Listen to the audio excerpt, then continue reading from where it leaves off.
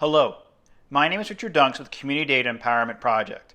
And as part of our series showing you the different data sets in the City of Dallas Open Data Portal around policing, I want to talk now about police arrests.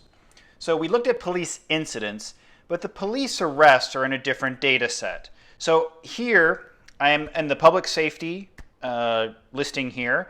If you scroll down here, you'll see police arrests. So police arrests are those who've been arrested for crimes in the city of Dallas. If you notice here that this data set is also updated daily.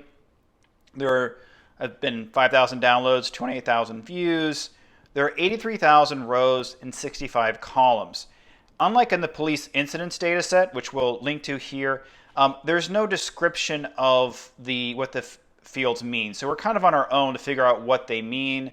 Thankfully, most of them are pretty self-explanatory if you get the basic pattern for it and looking at the other data sets. So we'll go into the data here and show you an overview of this. So as I mentioned in the police incidents data set, the incident number becomes this important link between these. So this links an arrest to the incident. So you know that for this incident here, 052-503-2018, the arrest was made for that incident. Now, of course, there can be multiple arrests for an individual incident. In this case, but that arrest is going to have a unique arrest number.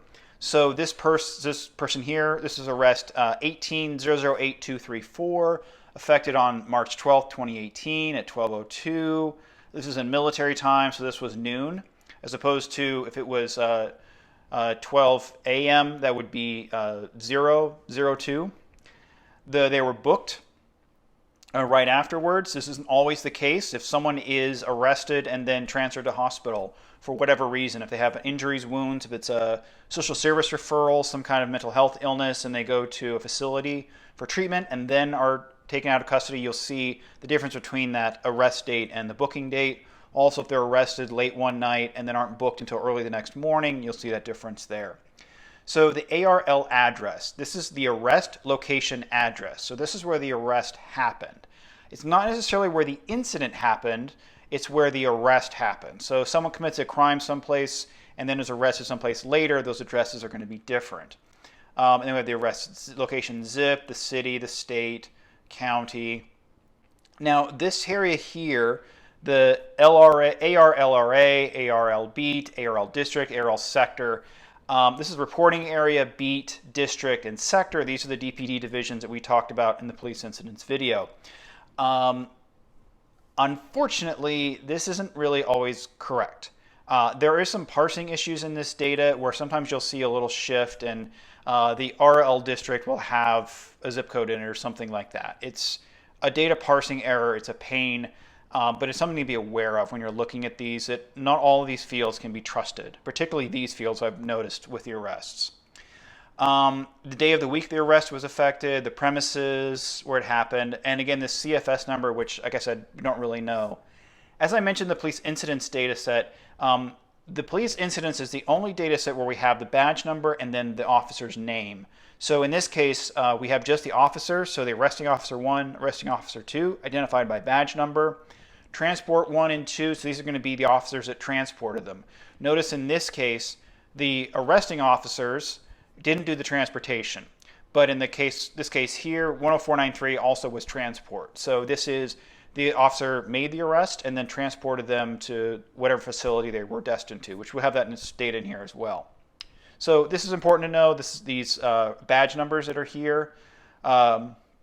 And this is the AR action, what happened, they were arrested, and then where were they taken. So Lou Sterrett, CDC, someone's just arrested. Was there a weapon or not? I'm not sure what OSR is. Did they resist? Their current location, the condition, medical flag, medical location. Also the arrestee's name, their nickname, alias, birthplace, age at arrest time. Not sure why that is in there. There is some differences.